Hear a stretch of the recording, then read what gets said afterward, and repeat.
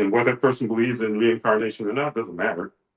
There's examples of young children who remember their previous lifetime, their previous expression. Because the time frame, it doesn't overlap, but they end their expression here, and then a few years later, they're born into another family. And then they start talking about their other mother, and the mother is like, "No, I'm your only mother." Said, "Nah, I had another mother." To the point where there's more than a few situations that are chronicled where the kid remembers if they were like in near the area, in the general area, could be like a couple hundred miles from where they are at that time.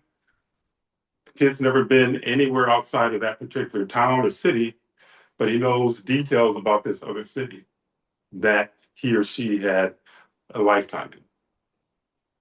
And there are times that people that they knew are still alive. Mm.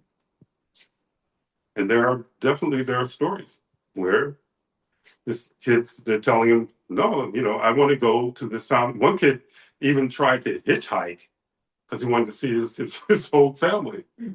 And I don't know if he was like 8 or 9 or something like that. Because his folks were, "Nah, we're not, kids just fantasizing, whatever." And they was missing one day, and someone found him, on the road hitchhiking, trying to get to the town that he said he had lived in.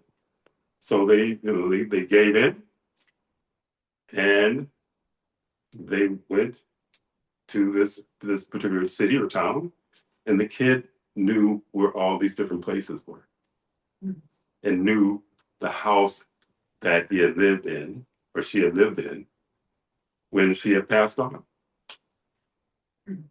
And knew her name, knew the name of, and knew the name of her children, who were of course older than she was at that point in time. One was kind of funny that she had, her husband was still alive. And then she realized he got married. And she slapped him upside the back of his head. Said, "I told you not to get married after I died."